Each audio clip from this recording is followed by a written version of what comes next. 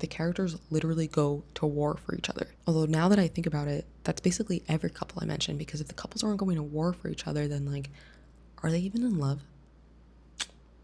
Hey guys, happy Valentine's Day. I don't really celebrate this day except to acknowledge it with my husband that I am his Valentine and he loves me more than anyone else in the entire world. But I still wanted to celebrate it somehow, and I was like, well, books, romance. Then I was like, wait, I don't really read romance books. Like, usually, I don't have like enough of a sample size to talk about like romance books. But then I was like, doesn't every book have a little bit of romance?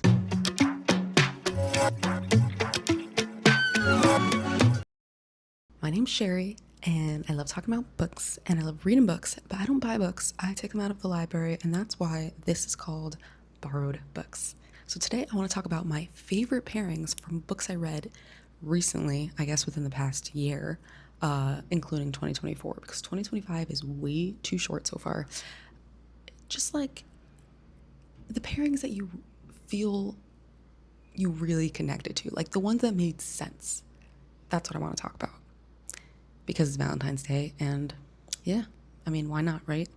Before you watch this, there's a little bit of spoilers just because I tell you who the pairings are, and you know, if you're waiting for a book to read it and to like discover who gets together with who, then this might give it away. But also, I think a lot of them are super obvious as well, so it might not really give anything away, but I should just warn you.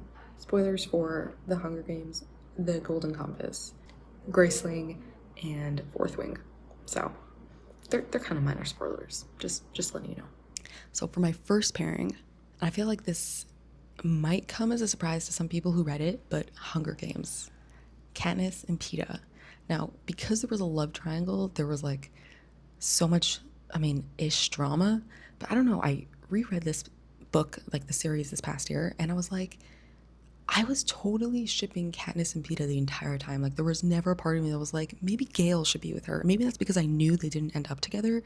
So, like, it didn't bother me per se, but like, I like them together. Even though Katniss was awful to him so many times. But Peeta was like, Peeta was just such a good guy. Like, the definition of somebody who would literally die for you, would sacrifice himself for you, just worships the ground she freaking walked on. And she still, it took her so long to like love him. She was like so delusional or just unaware. But I still really liked it. It just made sense to me. In case you have never read The Hunger Games, it's a dystopian young adult novel where teenagers fight to the death to keep the citizens from rebellion. It's actually pretty scary how similar the Capitol people, the ones in charge, are similar to kind of like the celebrities of this day.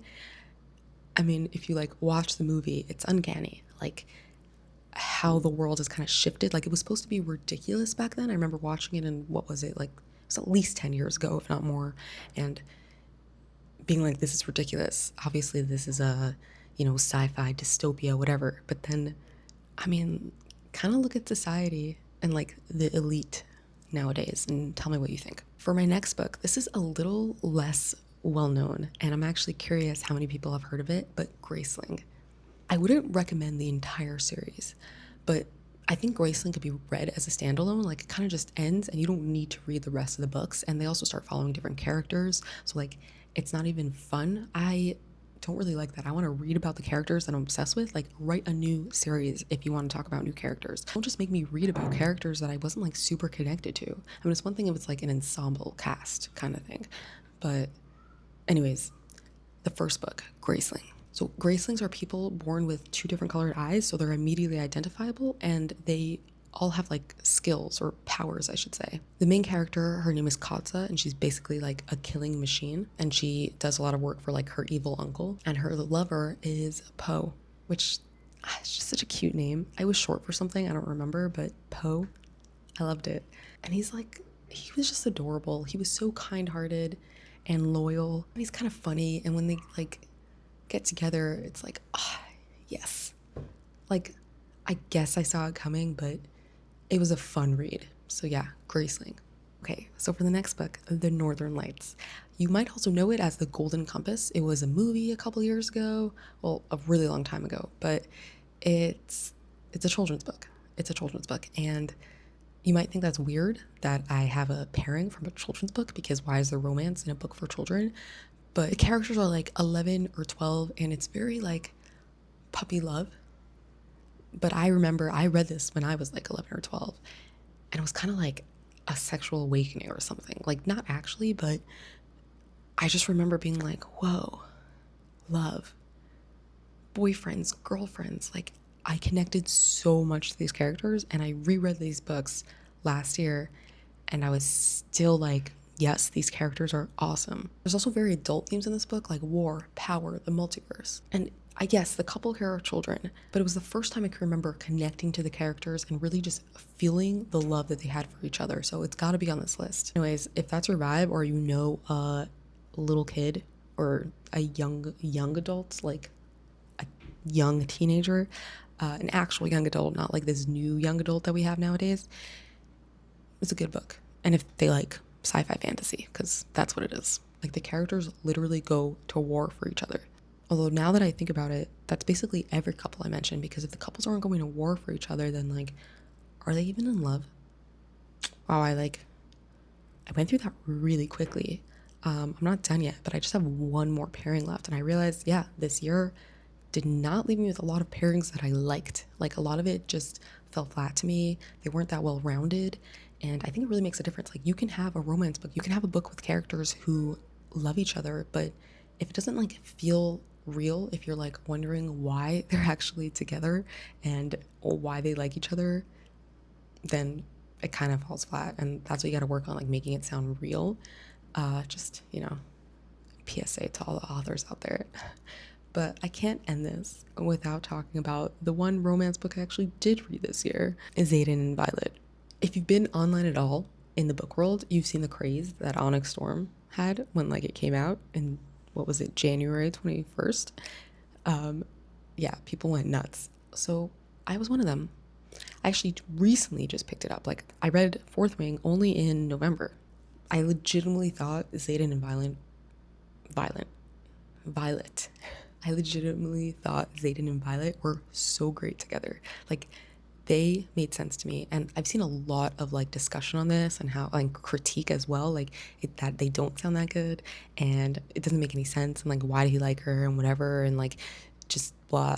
I don't know, lots of critique, and that's fair. I mean, I critique the SJM novels, like, and I will continue doing so forever because I dislike them so freaking much, and it was such a waste of my time. But I'm gonna have to try A Court of Thorns and Roses at one point, probably, when I have like a ton of time on my hands and I don't mind ripping out my brain. Not yet. Okay. But I thought it made sense. Like, of course he hated her, but she was a legitimately cool character. Like, I liked her a lot. I thought she was extremely like real, in the sense that she had real disabilities, kind of like real downsides. Like, she didn't always succeed at everything, but she was also smart. Like, you were like proud of her at times, and she was also nice. Like, she wasn't just a jerk for the sake of being a jerk. I mean, she could have been technically. Her mom was like Sorengale, like the general, right? But I liked her, and the pairing made sense to me. It didn't feel like the author was just pushing the two main characters together just for the sake of it. Oh, I should say, if you have never read Fourth Wing, you don't know what it's about. It's basically a college for dragon riders, and people die constantly. Probably the most amount of casual death I've seen since I read Game of Thrones, which is just crazy. Yeah, so if that's what you're into, and you also like romantasy, because there's a lot of that and extremely spicy. But I'm kind of enjoying the story. I'm reading, I'm in middle of Onyx Storm right now, actually, and I will make a video on it, and I'm not going to give any spoilers right here. But yeah, I mean, so far so good. Is it going to be the next Harry Potter? No. And do I mention Harry Potter in every single video I make? That's crazy. Okay. So yeah, like a really small sample size, and all I have are 4 couples to talk about. But I just thought they were real. And if like that's what you want to read, like just like a real coming together, not like an enemies for no reason enemies, or like, you know, getting pushed together because you know that's what the fans want, even though it doesn't make sense for them to be together. Well, I don't think you go wrong with any of these four series. And the best part about it is they're all series. So, you know, you'll get a lot of the pairing, except Graceling. You'll get a bit more of that pairing in future series, but like they're in it a lot less. So just read Graceling. Don't even bother reading any of the other ones. Happy Valentine's Day also, because, you know, Valentine's Day. I hope you have an amazing book to like curl up with on the couch with like something, maybe hot chocolate if you're somewhere cold. I'm somewhere super hot, so maybe I'd want like a cold brew. A cold brew with almond in it. Like almond taste, almond flavoring. Dunkin' Donuts does that and it's so good. I'm not in America, so I can't have that, but I think it's like my favorite drink to buy out. So yeah, I think it sounds so romantic to just stay home all day reading love stories, but like good love stories that make you feel good afterwards and all like giggly, kicking your feet, happy, you know? Great Valentine's Day to me. So even if you don't have a traditional Valentine's Day or a traditional Valentine that you can spend your evenings with at a fancy restaurant that nobody really wants to go to because they don't give you enough food, you know, I mean, I'd rather spend it with a book anyways. If you like this video, give it a thumbs up. If you didn't like it, give it a thumbs down and let me know why in the comments. I mean, I've been getting so many dislikes, but nobody tells me why they don't like it. And how am I supposed to change if you don't tell me why? Maybe they just don't like my face. Maybe they just don't like my face. Although that is a conscious effort. I want it to feel like we're just having a casual conversation and not that I'm coming all made up in fancy clothes and like putting on a show, because I'm not. I'm really not. I'm just me talking about books. I got distracted. Subscribe, please. Thanks. The end.